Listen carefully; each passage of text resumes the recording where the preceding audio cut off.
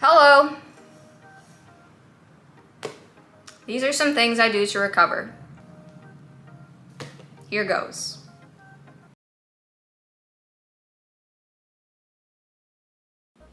Grounding, some people call it earthing. I do that every day. Unless it's pouring rain, I do not. So I'm gonna be honest with that. What is grounding? Well, pretty much you kick your shoes off and you stand on the ground and you touch the earth.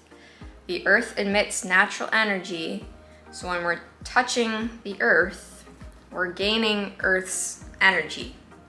It also relaxes your blood vessels and improves oxygen flow throughout your body. So a lot of times I'll just ground on the grass. Sometimes I'll ground by the water if it's a nice day and if there's no geese around so I don't get attacked.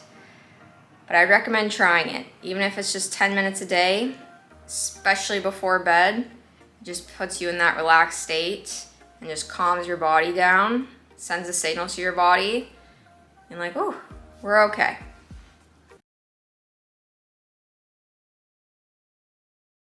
I stretch every day. I stretch in the morning before I head to the gym, and then I stretch at night before I go to bed. Always.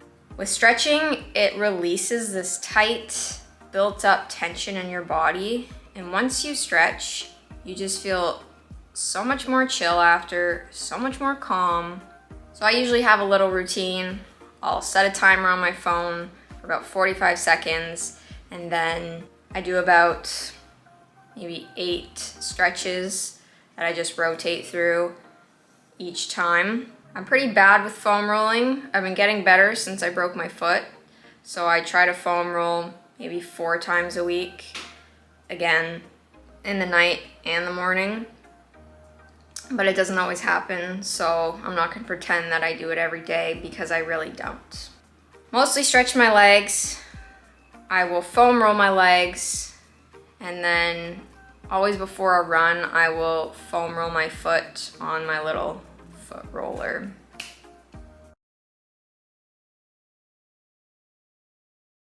Breath work. Yes, I do breath work, which is pretty shocking to me because years ago, if you told me I'd be doing breath work, I would laugh in your face. I've been doing the same breath work for 1.5 years to be exact. I do the Wim Hof breathing method, which is 3 rounds. You take 1 inhale in through your nose, exhale through your mouth, and you repeat that for 30 times. And then at the 30th breath in, you take a pause and you hold your breath for 1 minute to 1.5 minutes. Some people do it for 2 minutes. Some people may do it for 3. I always do breath work before I eat. So I'll do 2 to 3 rounds of the Wim Hof method. Usually it's 3 rounds total for the YouTube video. So if you haven't checked it out, check it out on YouTube. It's very simple to follow along with. You will notice it is very difficult in the beginning, but once you get the hang of it, it's pretty addicting. You just find this sense of calmness come over your body. You can learn to breathe more efficiently through your nose, which sends a calming signal to your body. So I do this before I eat to make sure my body is in the rest and digest state, because the last thing you want to do when you're eating is be all hyped up and energized because your body is not prepared to digest food.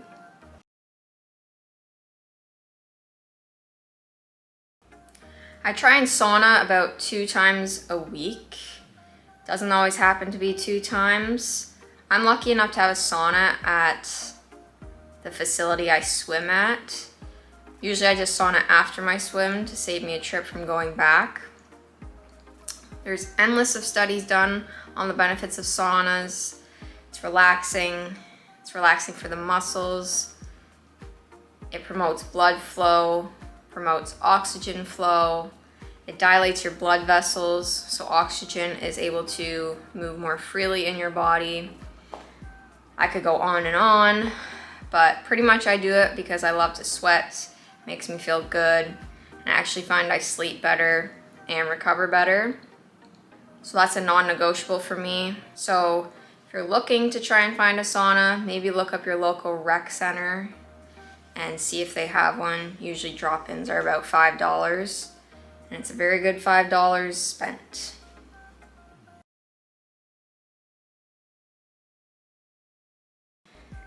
Nutrition. For those who follow along on my journey, you know that nutrition is a big part of who I am.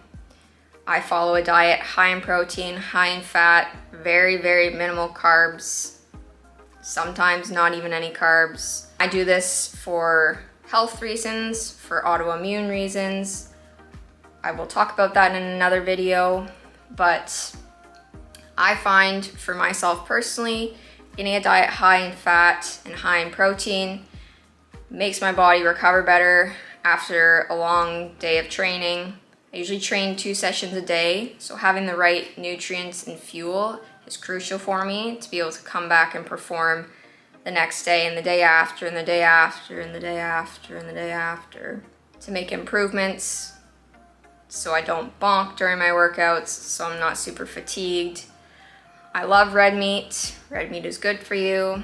I love beef fat. All my food is well sourced, well raised. It matters the quality you put into your body as well. You have to put the right fuel in your body. You wouldn't put diesel in a regular car because it's not going to run well, right? So you have to find what works for you, what works for your body, and this way of eating works for my body.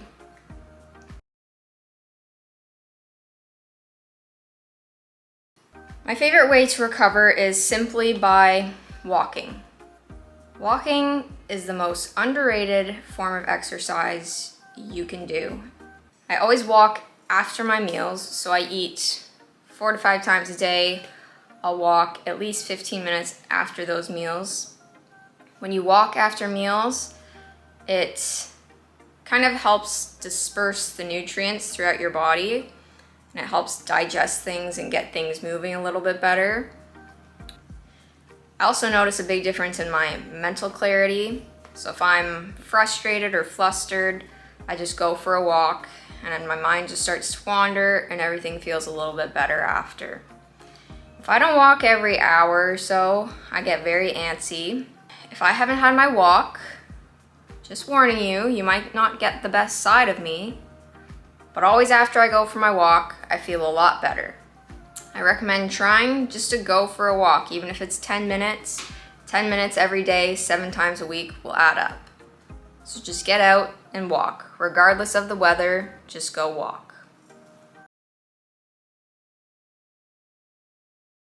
One thing that I do that's a bit different, or people might not have seen as much of, is red light therapy. So I'm not talking about going to a red light bed and laying in there for 40 minutes, but a while back I purchased these red light panels that are actually foldable.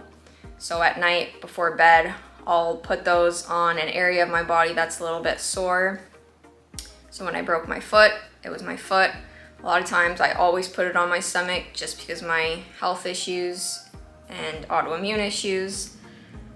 But either way, I try to use them every single night. I also use red light glasses. So I have regular glasses that I wear at night. Then I clip the red light glasses onto my actual glasses, and bam, you have blue light blocking glasses. So I wear those in the morning and at night.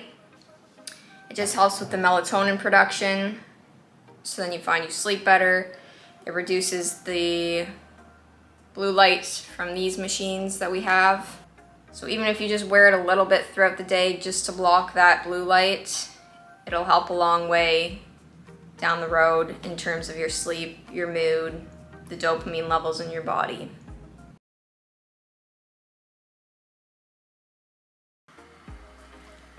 Sleep. Everybody knows we need sleep. I try and get about 7 to 8 hours of sleep a night. I'm usually in bed by 9 p.m. Yes, 9 p.m. And I'm up by about 5:45 every morning. Sleep is very important since I'm so active. I need that rest to rest my nervous system, to rest my muscles, so they can recover, so they can come back the next day and perform at the level I want them to perform at. A lot of people underestimate sleep. If I don't get 7 hours, just don't come near me, please. It might not be pretty.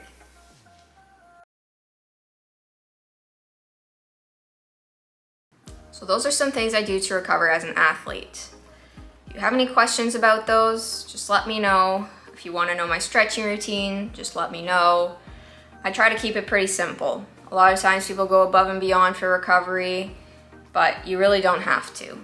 A lot of things are easily accessible to you. You can stretch in your room, you can go for a walk outside, you can pace the halls back and forth in your apartment to get a walk in. You really have no excuses. So try some of these things or try all of these things and let me know if they work for you or if they don't work for you. Thanks for watching.